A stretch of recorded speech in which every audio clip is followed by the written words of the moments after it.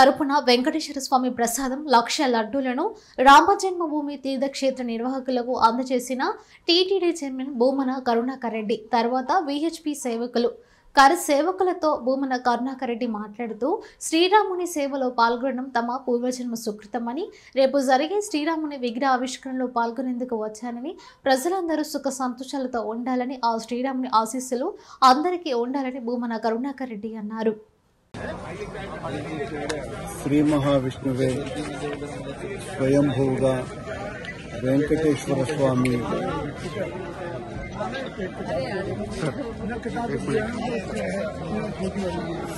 సాక్షాత్తు శ్రీ మహావిష్ణువే స్వయంభూగా వెంకటేశ్వర స్వామిగా కలియుగంలో తిరుమల క్షేత్రం మీద వెలసినటువంటి పుణ్య స్థలం నుంచి ఆ ఆలయ ప్రతినిధిగా వెంకటేశ్వర స్వామి పంపించినటువంటి దూతగా స్వామివారి ఆలయం నుండి తరతరాల కోరిక వందల వేల సంవత్సరాల నుంచి వెంకటేశ్వర స్వామిగా వెలసినటువంటి శ్రీ మహావిష్ణువే ఒక యుగంలో రామునిగా అవతరించినటువంటి ఈ మహాస్థలిలో ఆలయం నిర్మించాలా అన్నటువంటి కోరిక ఈరోజు సాకారమైనటువంటి వేళ వెంకటేశ్వర స్వామి ఆలయం నుంచి ఈ శ్రీ మహావిష్ణు ఆలయం దగ్గరికి ఈ ఆలయ ప్రారంభోత్సవ సందర్భంగా 1,00,000 లడ్డులను తీసుకుని వచ్చి భక్తులకందరికీ ప్రసాదంగా పంచాలా అన్నటువంటి నిర్ణయం జరగటమన్నది. అందులోనూ స్వామి దూతగా నేను ఈ మాతృ కార్యక్రమంలో పాలు పంచుకోవటం జన్మజన్మల పుణ్యఫలంగా నేను భావిస్తున్నాను.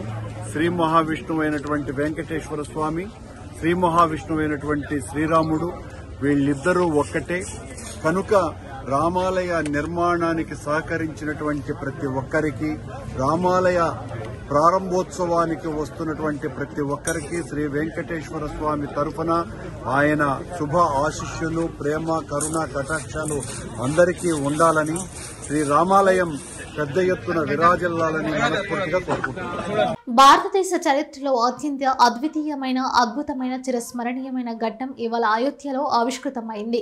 కోట్లాది మంది ఆరాధించే అయోధ్య రామాలయంలో ప్రధానమంత్రి నరేంద్ర మోదీ బాలరాముడి విగ్రహ ప్రాణప్రతిష్ఠ చేశారు. బాలరాముడు అయోధ్యలో కొలువు తీరాడు. ఈ కార్యక్రమంలో ప్రధానితో పాటు 14 జంటలు, 4,000 మంది సాధువులు పాల్గొన్నారు. అలాగే దేశవ్యాప్తంగా వేల మంది సెలబ్రిటీలు ఇందులో పాల్గొన్నారు.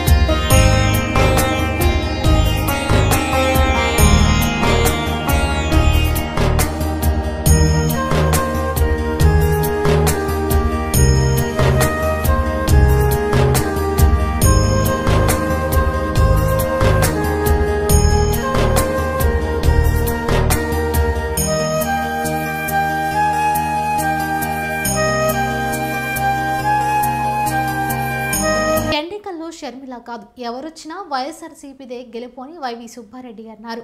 మళ్లీ ముఖ్యమంత్రి అవుతారని ఎవరు ఆపలేని సుబ్బారెడ్డి ధీమా వ్యక్తం చేశారు. షర్మిల ఏం మాట్లాడినా దానికి సమాధానం ఇవ్వడానికి ప్రభుత్వం పార్టీ సిద్ధంగా ఉందని వైవి సుబ్బారెడ్డి అన్నారు. ఎన్నైనా రావచ్చు, పోరాటానికి మేము సిద్ధమే, కానీ ప్రజలు మాతో ఉన్నారు. మేము చేసిన అభివృద్ధి కార్యక్రమాలు ఎవరు చేయలేదని కూడా మేము ఛాలెంజ్గా చెప్పగలుగుతున్నాం. వైఎస్ఆర్ ఆశయ సాధనకి నేనే సరైన నాయకురాలని నా వెంట నడవాలంటే ఒక పిలుపునిచ్చింది. అది ప్రజలు నిర్ణయించాలండి. వైఎస్ఆర్ ఆశయ సాధన కోసం పెట్టిన పార్టీయే వైఎస్ఆర్ కాంగ్రెస్ పార్టీ. వైఎస్ఆర్ని కాంగ్రెస్ పార్టీ చేసిన ఘోరంగా ట్రీట్ చేసి ఆయన్ని షార్ట్షీట్లో ఆయన పేరు పెట్టారే, దానికోసం అదేవిధంగా రాజశేఖర రెడ్డి గారు కుమారుణ్ణి 16 నెలలు జైల్లో పెట్టారు. ఆ సేమ్ కాంగ్రెస్ పార్టీ గురించేనా నువ్వు మాట్లాడటం? ఈరోజు వైఎస్ రాజశేఖర రెడ్డి గారి పేరు షార్ట్షీట్లో పెట్టారని చెప్పి ఆ రోజు మన కుటుంబం కోసం 17 మంది ఎమ్మెల్యేలు రాజీనామా చేశారు. వాళ్ళకేం సమాధానం చెబుతావు నువ్వు? సేమ్ కాంగ్రెస్ పార్టీలో పోయి అడ్డగోలుగా ఈ రాష్ట్రాన్ని ఆంధ్రప్రదేశ్ కంబైన్డ్ స్టేట్ని మన మనోభావాలు దెబ్బతింటున్నా కూడా పట్టించుకోకుండా విడగొట్టిన సోనియా గాంధీ కాంగ్రెస్ పార్టీలోకి పోయా నువ్వు మాట్లాడేది? ఒక్కసారి ఎన్ని ఆలోచించుకోవాలని ఆమెకి షర్మిలమ్మ గారికి కూడా నేను కోరుతాను. వైసీపీ టీడీపీ 2 పార్టీలు కూడా బీజేపీకి తొత్తులుగా మారిపోయాయని ఆమె మాట్లాడుతున్నారు. దాంట్లో మీ అభిప్రాయం? బీజేపీకి వైఎస్ఆర్ కాంగ్రెస్ పార్టీ ఎప్పుడు తొప్పుడుగా మారే ఇదే లేదు. మేము రాష్ట్ర ప్రయోజనాల కోసం ఏ మేరకు అవసరమైతే ఆ మేరకు కేంద్ర ప్రభుత్వంలో ఈ పార్టీ కాదు ఏ పార్టీ ఉన్నా కూడా కేంద్ర ప్రభుత్వం సఖ్యతగా ఉంటామని మా పార్టీ అధ్యక్షుడు జగన్మోహన్ రెడ్డి గారు వివిధ సందర్భాల్లో కూడా చెప్పడం జరిగింది. పార్లమెంట్లో కానివ్వండి, బయట కానివ్వండి. ఎందుకు మద్దతు ఇస్తున్నామంటే మన రాష్ట్ర ప్రయోజనాలు కాపాడుకోవడం కోసం. మనకి రాజధానికి సంబంధించిన ఇష్యూస్ ఉన్నాయి, ఇంకా అభివృద్ధి కార్యక్రమాలకు సంబంధించిన పోర్టుల అభివృద్ధి కార్యక్రమాలకు సంబంధించిన నిధులు తెచ్చుకోవాల్సిన అవసరం ఉంది. ఈ విధంగా ఎన్నో కార్యక్రమాలకి, సంక్షేమ కార్యక్రమాలకి మరీ ముఖ్యంగా కేంద్ర ప్రభుత్వం సహకారం లేకపోతే ఈ విధంగా ఇన్ని కోట్ల రూపాయల సంక్షేమ పథకాలు అమలు చేసేవాళ్ళమా? వీటి కోసమే మేము కాంప్రమైజ్ అయ్యాం, కానీ పార్టీ సిద్ధాంతాల కోసం రాష్ట్ర ప్రయోజనాలను ఎక్కడా తాకట్టు పెట్టలేదు మేము కానీ, మా పార్టీ అధ్యక్షుడు కానీ, మా ప్రభుత్వం కానీ. అట్ ద సేమ్ టైం రాష్ట్రాన్ని అప్పులు గొప్పగా మార్చారనే మాట కూడా మాట్లాడుతూ ఉన్నారు. చంద్రబాబు నాయుడు గారు 2014 నుంచి 19 దాకా ఎంత అప్పు చేశారు? ఆ 5 ఏళ్ల కాలంలో ఆయన ఏమి అభివృద్ధి కార్యక్రమాలు చేశాడు, ఏమి సంక్షేమ కార్యక్రమాలు చేశాడు అనేది ఒకసారి చూడండి. మా ప్రభుత్వం వచ్చినాక ఈ 4 రాష్ట్రంలో క్రీడలకు క్రీడాకారుల స్ఫూర్తి నింపే విధంగా ఆర్టీడీ సంస్థ 10K run 5K run community పరుగు నిర్వహించడం అభినందనీయమని పలువురు మంచ్ ఆఫ్ ఎర్రర్ ప్రోగ్రామ్ డైరెక్టర్ ఆర్టీడీ అన్నారు. ప్రతి ఏటా ఆర్టీడీ నిర్వహిస్తున్న ఆల్ట్రా మారథాన్ కార్యక్రమంలో భాగంగా ఆదివారం అనంతపురంలో 9వ 10K పరుగు 5K నడక కమ్యూనిటీ పరుగు కార్యక్రమాన్ని Anantapuram superintendent of police KKN Anburasan, municipal corporation commissioner Y Meghaswarup, ZP CEO Maikom Nadiyadevi, RTD programme director Moncho Ferrer, RTD మహిళా సాధికారత director Visa Ferrer, Juan Manuel వైరా ప్రారంభించారు. అనంతరం కమ్యూనిటీ రన్ ఉదయం 9:30 ఆల్టా మారథాన్ రన్నర్స్ ఆర్టీడీ సమ్మిళిత పాఠశాల నుండి 120 మంది విద్యార్థులతో అనంతపురం స్పోర్ట్స్ విలేజ్ వద్ద 3 కిలోమీటర్ల ట్రాక్లో పలుకెత్తారు. ఈ సందర్భంగా RTD programme director Moncho Ferrer మాట్లాడుతూ కార్యక్రమంలో ఆంధ్రప్రదేశ్, తెలంగాణ రాష్ట్రాల్లోని గ్రామీణ వర్గాలకు చెందిన పలువురు పాల్గొని ఆర్టీడీ చేస్తున్న ప్రయత్నాలకు సంఘీభావం తెలియజేయడం అభినందనీయమన్నారు.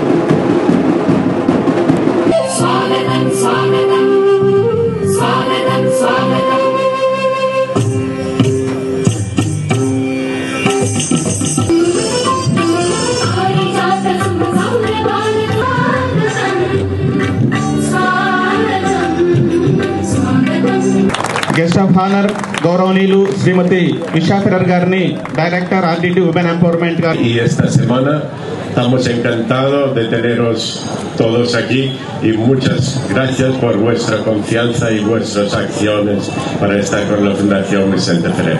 Gracias y buenas.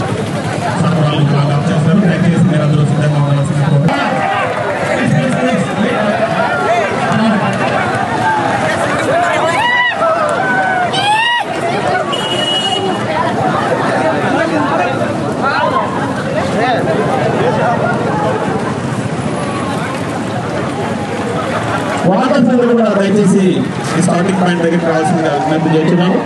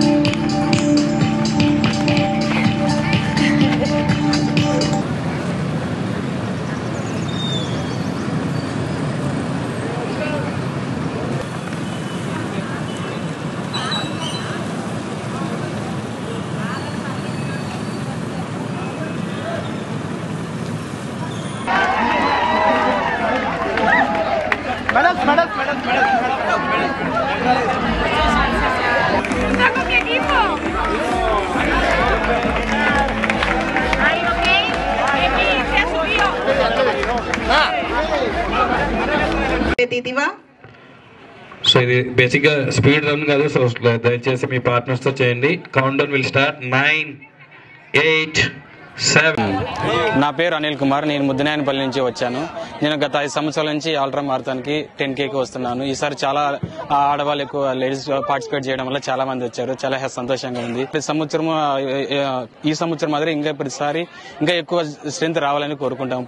ప్రతి ఒక్క ఊరు నుంచి, ప్రతి ఒక్క గ్రామం నుంచి మన ఈ అల్ట్రా మారథాన్ కానీ 10K కానీ వచ్చి బాగా పార్టిసిపేట్ చేసి గెట్ టుగెదర్ దాకా అందరూ కమ్యూనిటీగా చేసి పార్టిసిపేట్ చేయాలని అందరినీ కోరుకుంటున్నాము. ఫస్ట్ క్లాప్ ఆఫ్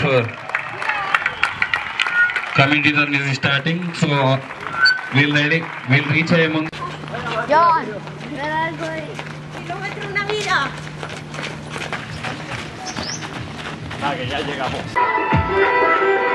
రాష్ట్రంలో బీసీలకు తెలుగుదేశం పార్టీ పెద్దపీట వేసిందని, బలహీన వర్గాలను వెలుగులోకి తెచ్చిన పార్టీ, పదవులు ఇచ్చిన పార్టీ దేశం పార్టీ అని మాజీ మంత్రి పల్లె రఘునాథ్ రెడ్డి అన్నారు. రాష్ట్రంలో తెలుగుదేశం పార్టీని 2024 ఎన్నికల్లో అత్యధిక మెజారిటీతో 175 స్థానాలను గెలిపించాలని మాజీ మంత్రి డాక్టర్ పల్లె రఘునాథ్ రెడ్డి ప్రజలకు పిలుపునిచ్చారు.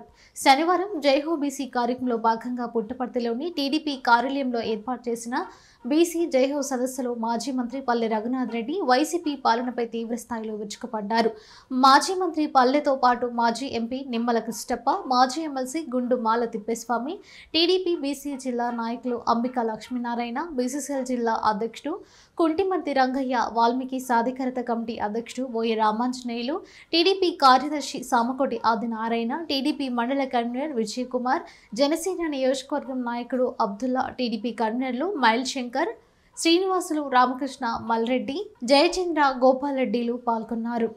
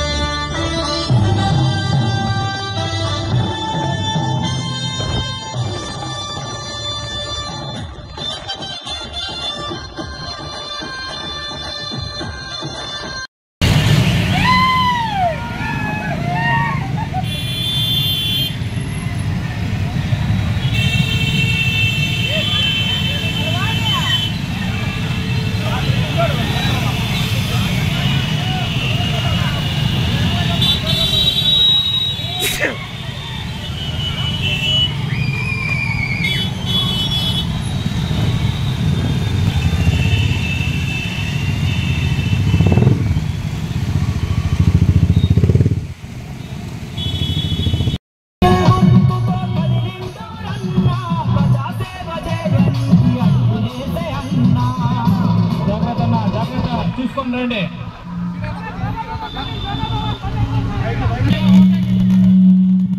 వెంకటేష్ కొంచెం స్లోగా పోనిచ్చు, వెహికల్స్ ఇంకా లేట్గా వస్తున్నాయంటే వెనకాల కొంచెం గ్యాప్ ఉంది.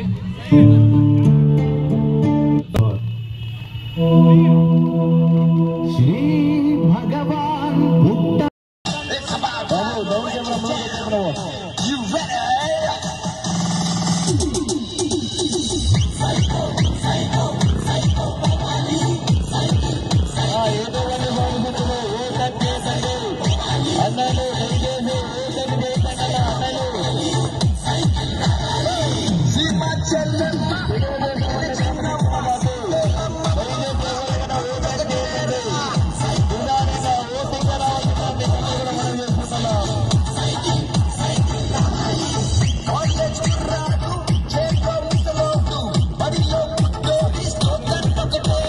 చంద్రగిరి నియోజకవర్గాన్ని దొంగ ఓట్ల నమోదుకు కేర్ ఆఫ్ ఆర్టిస్ట్ గా మార్చారని ఎమ్మెల్యే చెవిరెడ్డిపై చిత్తూరు జిల్లా తెలుగుదేశం పార్టీ పార్లమెంటు అధ్యక్షుడు తెలుగుదేశం పార్టీ ఎమ్మెల్యే అభ్యర్థి పులివర్తి నాని ధ్వజమెత్తారు.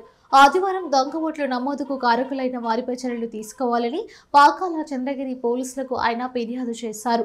ఈ సందర్భంగా ఆయన మాట్లాడుతూ దేశంలో కానీ రాష్ట్రంలో కానీ దొంగ ఓట్ల నమోదులో చంద్రగిరి నియోజకవర్గం ముందుందని పేర్కొన్నారు. మొన్న పార్లమెంటు ఎన్నికల్లో ఎమ్మెల్యే చెవిరెడ్డి భాస్కర్ రెడ్డి ఏ విధంగా దొంగ ఓట్ల నమోదు చేయించారో అధికారులు సస్పెండ్తో రుజువైందని తెలిపారు.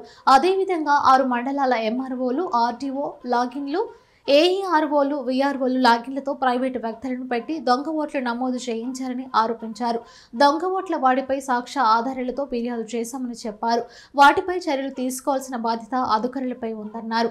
Central state election commission, collector cyber crime కు ఫిర్యాదు చేశామని చెప్పారు. ఈ కార్యక్రమంలో టీడీపీ నాయకులు, కార్యకర్తలు పాల్గొన్నారు.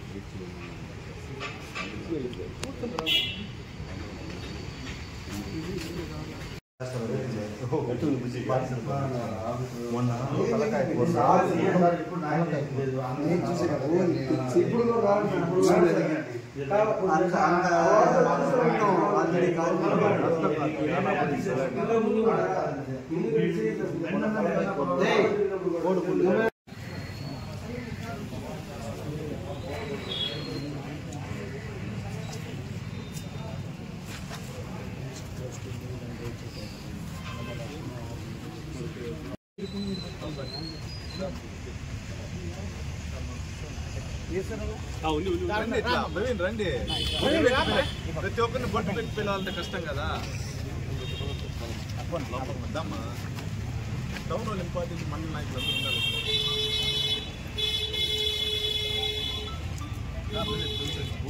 Right right